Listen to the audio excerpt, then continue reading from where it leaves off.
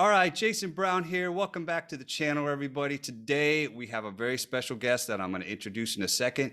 But first, I want to let you guys know today's topic is myths and manipulation that keeps our kids in college debt. Yes, that's right. We're continuing my series of discussing the student loan debt crisis issue.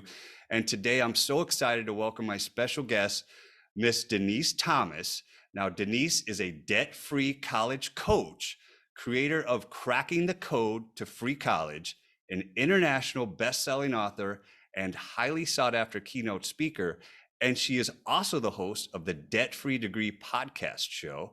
And she loves telling everybody that college does not have to be a debt sentence. Welcome, Denise. Thank you so much for joining me today. Thank you, Jason, for bringing me on. I cannot wait to reveal all of these myths or manipulations and lies that we've been falling for the last 3 decades. Yes, this is so important. I'm so excited to have you because you have so much insight to this, and you've done so much work and you've helped so many people. So let's just dive right into it. Where did all these college myths and manipulations come from? How did it start, and how did we kind of get into this predicament that we're in today with this crazy student loan debt crisis? Well, it came, Jason, from various sources, I believe. And it's not just that we are hearing certain things, but we're also believing them, right? And I believe that the last couple of years, last several years actually, in our society, we're starting to learn more and more about how manipulation takes place. How is it that we end up believing just because somebody wrote it down or said it in the news or whatever, we just believe it. We think it's true. When it comes to college loans, college debt, college everything, I think some of the myths that we believe, for example, the myth that says your child has to go to college to be successful in life. Let's just start there, for God's sakes. I believe that came from expensive colleges, really great marketing. Because when you look at the actual statistics, yes, there are statistics and studies that show that you make more money over the course of a lifetime with a college diploma. Okay, I can accept that. But none of those studies, not one that I've seen, actually takes into account the amount of debt that some of these kids are getting themselves into. Now, is debt good? It all depends. I think one of the problems that we're also facing is that we as parents have not been taught how to do the math when it comes to college costs. And if we can't do the math ourselves as parents, how can we show our kids and help our children to make informed financial decisions? They're children, for God's sakes. Mm-hmm. So I had an opportunity to counsel with a student who had some pretty nice college offers, and mom could afford to pay cash for the balance. But the student wanted to attend XYZ college. Well, XYZ college wasn't giving any scholarships. There's not going to be any discounts. There's no cash involved there. So mom asked me, she didn't say, Denise, would you talk her out of it? What she asked was, Denise, would you talk with her? Okay. I said, sure. So what I did is I asked, what is her goal? What is her career goal? She wants to be this particular career. Awesome. So we searched, what is the entry level income for that career or that college major? These are things parents need to be doing with their kids. Exactly. Okay. Well, the entry level income, when you break it down, because don't just give them, here's the yearly income, break it down, take federal taxes out. We're not even talking about state taxes and the health insurance that's going to come out and any of that other stuff. We're just talking about federal taxes. That's a number you can look up online very easily. And then divide that balance by 12. So this is the take-home pay per month. Mm-hmm. This particular child would take home right around just under $2,500. Now, to a teenager, I'm rich. They've never Yep. seen that kind of money A lot before, of right? money. Okay. Now, we're not talking about what's it going to cost to live, apartment rent, food, your car insurance, your internet, and your electricity. We didn't even cover any of that. We just said, here's your base pay that you're taking home. And in all honesty, it's going to be less than that because there are other things that come out. Then we looked at the school she wanted to attend, and we did the math, and I showed her what the note would be for 10 years. Her 10-year note, she would be paying just under $2,900 per month for the note alone, for her college loan alone. She walks out of school bankrupt. Wow. I said, sweetheart, you're going to be staying on your mom's couch for the rest of your life.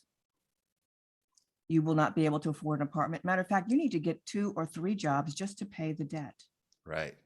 Right. If we take that note and we say, well, 10 years is a little tough. Banks and even the federal government now for student loans are offering 15 years, 20 years. Mm-hmm. So let's do that. Let's spread that puppy out and let's see what we Sure. get. She still can't afford to pay the note and live. Not happening. Wow. That is The so math is a important. big deal. That's so important. What you just Yes. described and explained it, and that's not what's being done with our students that are entering college. They're not being educated with that information, and that is so vital. And what that information that you just shared with that individual example, that is should be enlightening to everybody who discovers that information, because like you said, you're probably one of the myths is people don't realize how much debt they're going to get into. I think is part of the problem. B, how much money college actually is, because each year the cost of college goes up. So people are going to figure out, they're just going to look at that first year entry, my freshman year, these are my expenses, multiply it by 4. Nope, that's wrong, because every year it's probably going to go up 10% at least. And especially now with all the massive inflation that we're dealing with because of the pandemic and whatnot, it's probably going to go up even more. So these are some of the things that people don't look at, right? They don't calculate the actual real cost. And then they also probably don't realize that, hey, when you take out a loan, there's a thing called interest. And that accrues over time. So like you were saying, you told this individual, hey, let's, instead of 10-year loan, let's see if we spread it out to a 20-year loan. Well, guess what? That's 10 more years of interest you're going to be paying. So you're actually going to be paying more money total than you were if you could have paid it off in 5 or 10 years. Oh, so, yeah. Matter of fact, it could easily be double. Let's face it, we hear on the news, usually right about every 2 years around, the political time to be voting, about the college debt crisis. And our media will pick a poor soul who has a stupid amount of debt, and or people that, well, I've been paying on my debt for 20 years and I still have $37,000 left to pay, right? Our kids are also not being taught to understand interest, as you mentioned, and how loans work. A child, and they are children, okay? Let's get that straight. They're still kids. They cannot really legitimately make these decisions on their own without mom and dad letting it happen. You've got to be able to have some type of insight and some type of perspective. And the kids don't have this kind of perspective. Parents, you're 40 plus years old. You know what it's like to pay bills. Your kids have no idea. And they don't understand that they're going to be graduating, even if they did not have any debt, even if they graduate debt free, like my kids do, like many of my clients do. They still graduate broke. You will Right. be a broke college student from the moment you get out of school. You will not have the fancy house or the fancy cars that your parents have spent the last 30 years building. Ain't happening. They have to come to grips with that early, because otherwise they're going to hit the ground running. They're, oh my gosh, I've got a $2,000 paycheck. I'm going to go buy a car. How many of them buy a brand new car right off the showroom lot? Shiny red, shiny blue, shiny black, because they got that first paycheck Right. and it Right. looks awesome, and they're going to regret it, I promise you. But when it comes to loans, they don't understand that changing that loan amount, that loan term from Right. 10 years to 15 years to 20 years is not a good idea. To the child, it sounds like a great idea. Oh, my my monthly note's going to be less. It's great. Let's do that. But what does that mean? What does that mean for the rest of that 20 years? Do you realize you're going to be in your 40s if you even pay it off? Mhm. Because most kids don't pay it off in that 20 years. The average right now is taking 21 years to pay off. That's ludicrous. By that time, their first child is about ready to start college. Right. Right. It's astonishing.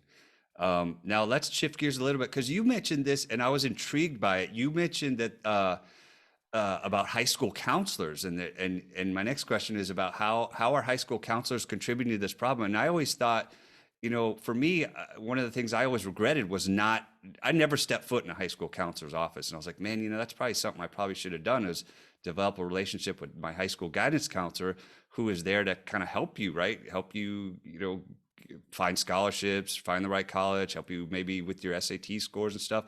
So tell me more about what you think. How are these high school guidance counselors contributing to the problem? Well, Jason, the thing is this, and I want to make this perfectly clear. I do not want their job. Okay. The high school counselors have way more on their plate than helping each individual child get to college, acceptances and scholarships.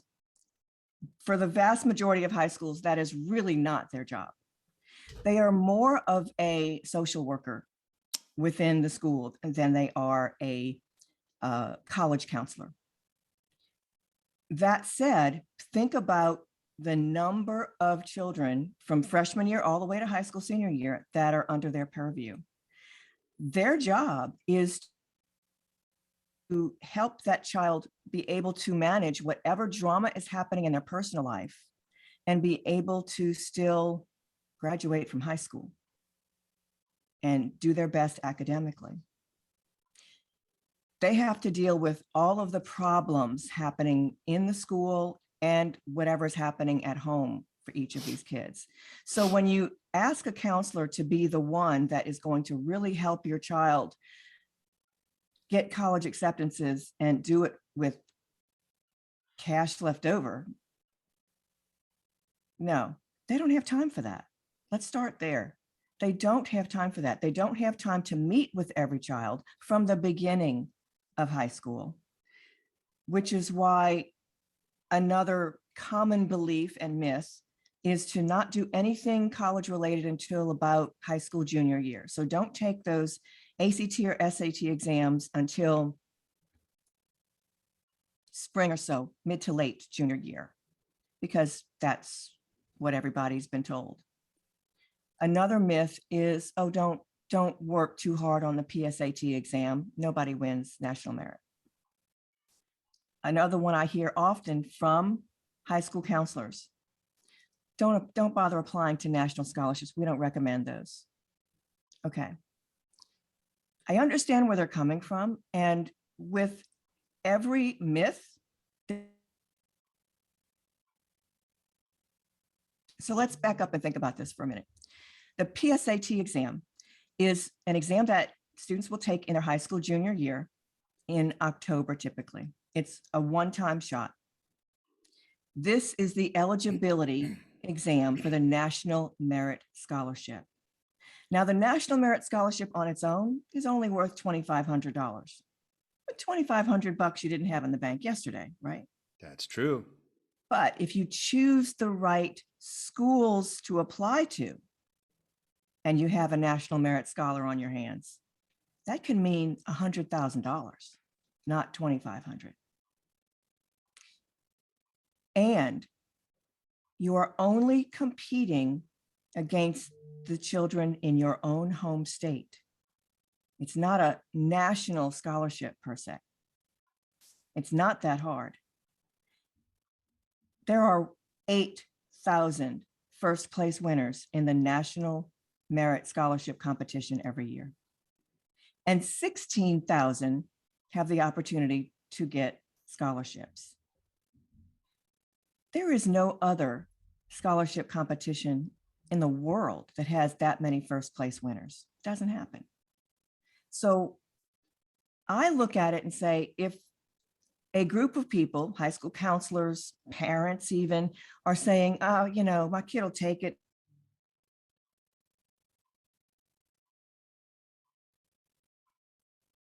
But we're not going to bother working toward it or anything.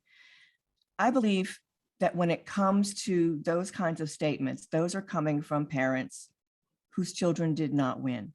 And they just assume, well, if my kid didn't win, my kid's got a 4.5 GPA and all these activities, they didn't win. So you must have to be, you know, like valedictorian, serious genius to win. And that's just not true. So I think that a lot of myths about college acceptances and, well, college in general are coming from areas of just not knowing the facts. So it's difficult for high school counselors. This is not their job. And if you think about it, if a high school counselor tells the students, oh, we don't bother with any of that college stuff until junior year, they have cut their job in half, because now they don't have to talk with the kids about college when they're in freshman year, right? Mm-hmm. The problem is that when we wait until junior and senior year, we have a lot of stuff already set in stone. There's not much that can be changed. There's not much time left to add, for example, activities that would make that college application more cohesive, or we don't have a lot of time to repair their digital footprint. Another little tidbit that I'll mention, because I mentioned the digital footprint. Colleges that have a low acceptance rate, more than, excuse me, more than 50% of their applications are rejected based on the child's digital footprint, based on something they saw on social media. Wow.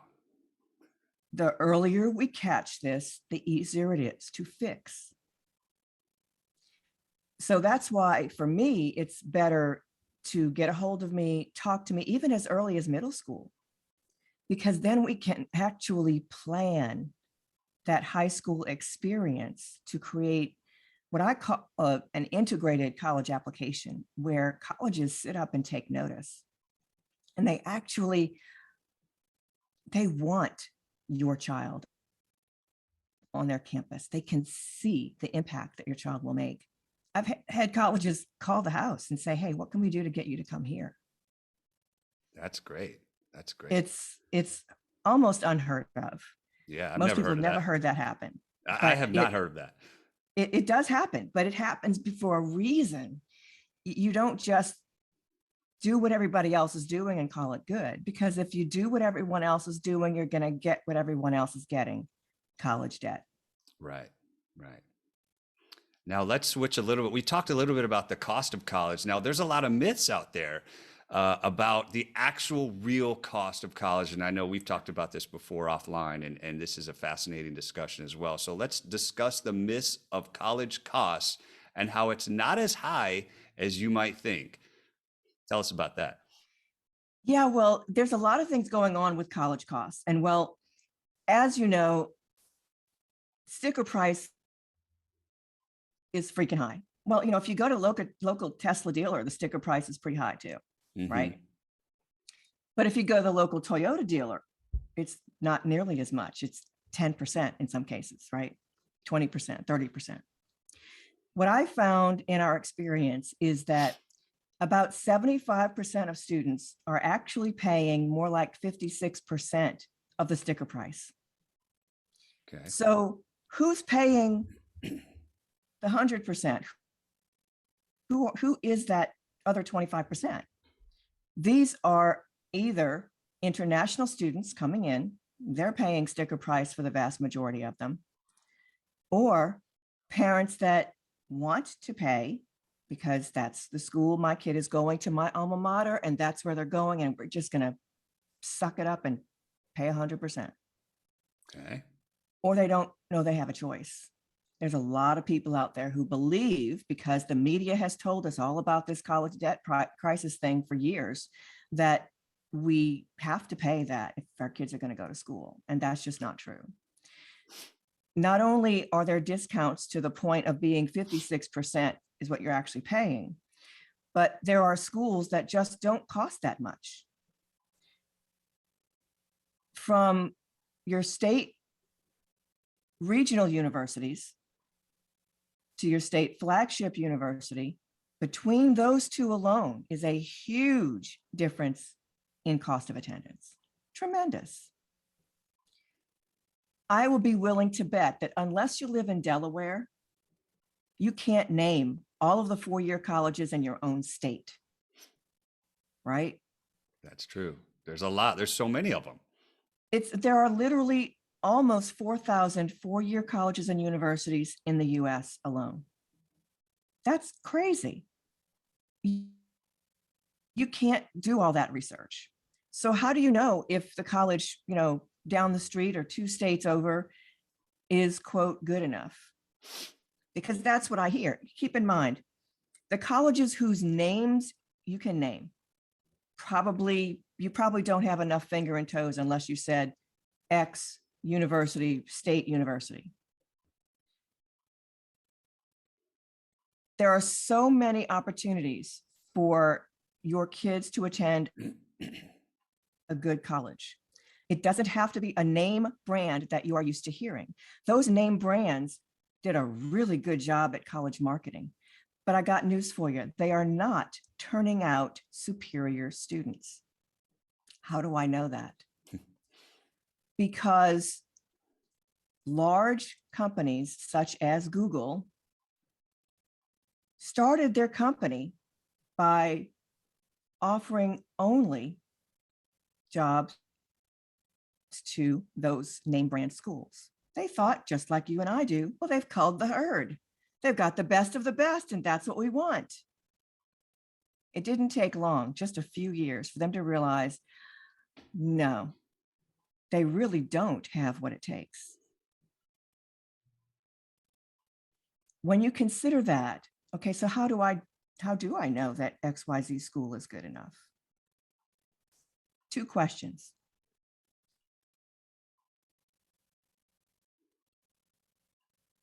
The college career center, every college has some type of a career center on campus, and ask, okay, so forgetting the COVID years, at the last couple of live career day opportunities that you had vendors, businesses coming to recruit students from your university or college, let me have that list. Who was here? See, what you want to know is what companies are spending their resources recruiting from those colleges.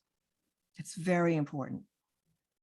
What you're going to find, to your surprise, is that companies that you know are incredibly good to work for are recruiting from your state flagship universities. Second question to ask. Now go to the college of whatever department your child's college major is going to be. So you don't want to go to the College of Engineering, for example. You want to go directly to the Office or Department of Mechanical Engineering. Be very specific.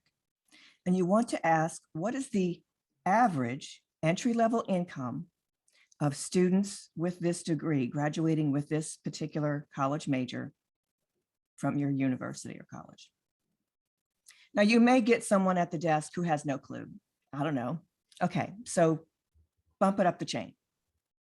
Bump it up the chain until you find someone who should know, because every college keeps track of this.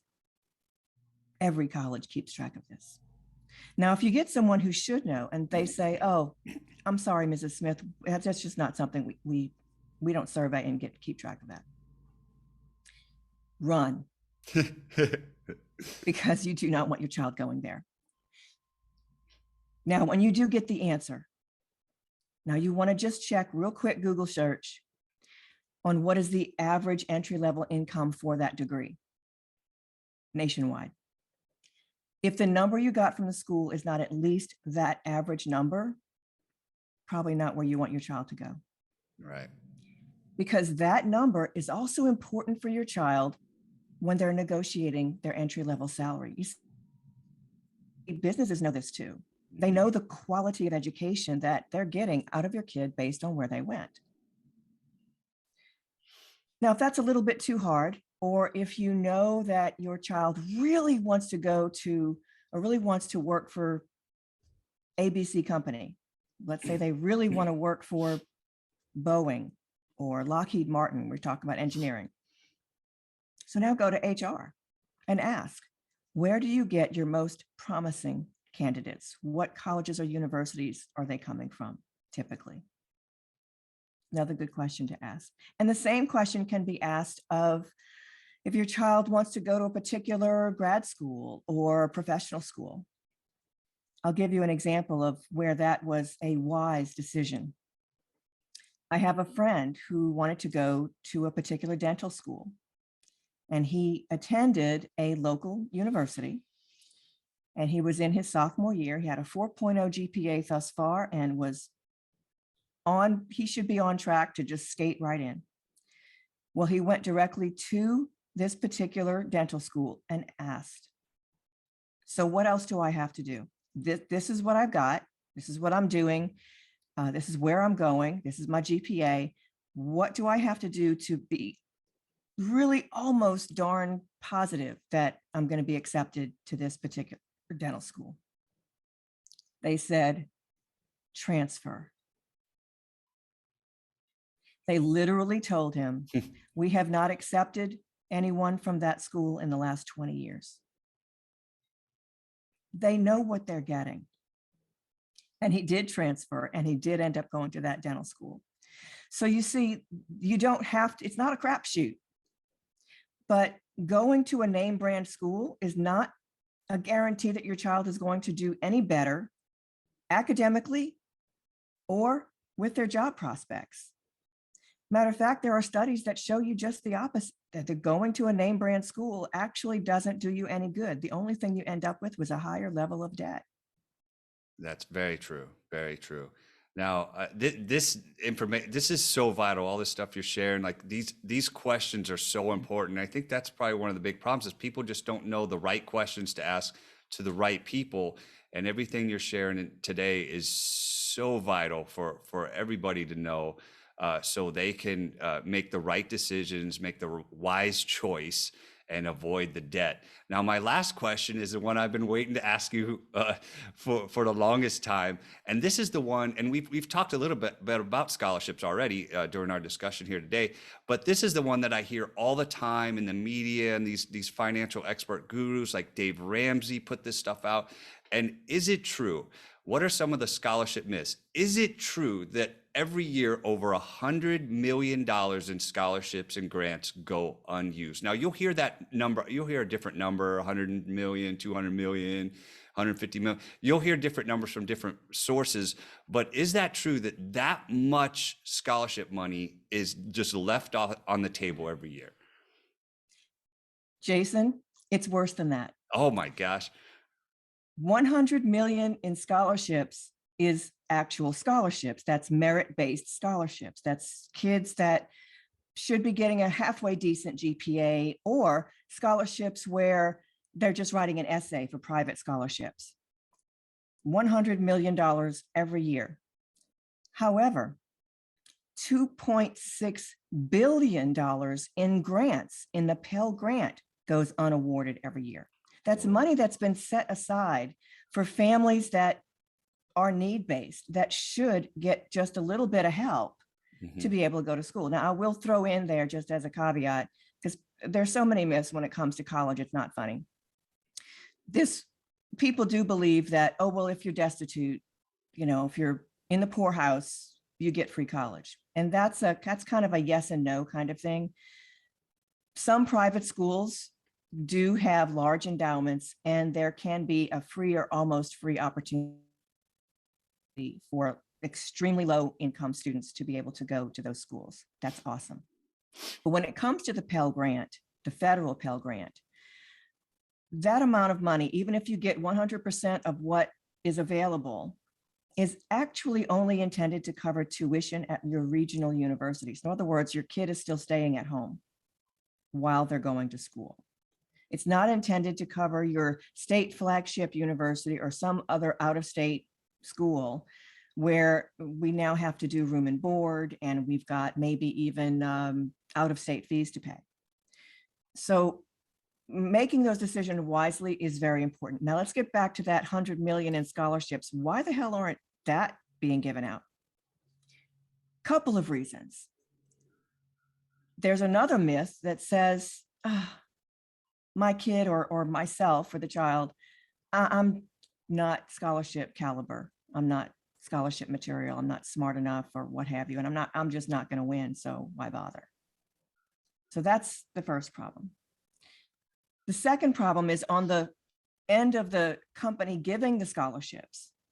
They reserve the right to not give it out, to not award a scholarship if someone is undeserving. And a lot of kids who are applying don't have a clue what they're doing. I'm just going to lay it right out there. Okay. They don't know how to write. Those who do know how to write don't know what to write, or they're writing the wrong things to answer the essay questions. And it really is sad because it's not as hard to win as you would think. My own kids, they were homeschooled. I don't know how to teach writing. So I sent them to the local university and said, look, I don't do this. And I want to make sure you know how to write in general. Communication in my family was a big deal. You have to learn how to communicate. Because it doesn't matter what kind of job you have. You have to communicate with people both verbally and in written form. So you need to understand how to do that well. So I sent them to the local school, and they took the English composition courses, how to write. This is still not how to write for college essays or scholarship essays, but it is a good preliminary how to get started learning how to write. My own homeschooled kids won, between the two of them, 17 scholarships totaling almost $200,000. Wow. That's real cash. That's real money, Jason. That's a huge help. It's unbelievable. And it's just not that hard. But yet I hear parents all the time say, well, my kid applied to 40 scholarships and won none. Well, one of two things are going on here. Either they applied to the wrong scholarships, which happens a lot, or they don't know how to win. You have to understand what the scholarship organization is looking for and address those points in your essay. Well, kind of. It's kind of like this. Think about it this way. If you're giving out $10,000, don't you want to feel like you know that person when you hand them a check? Yeah. Kind of important. So there's a lot of little tricks that help your child stand out. But the best thing is the earlier they start, the more opportunities there are. Because waiting until junior and senior year, okay, yeah, those opportunities are still out there. But what if you could have made some changes? And let me give you another example of that. My daughter was the oldest and my guinea pig in all of this situation. So when she was applying to one of the largest scholarships in the country, being homeschooled, she didn't have a lot of the typical high school activities. She didn't have dance team, cheerleading, things like that. But this particular scholarship began with pages and pages of check boxes of typical high school activities and leadership roles. Well, she couldn't check enough boxes to get to the real application.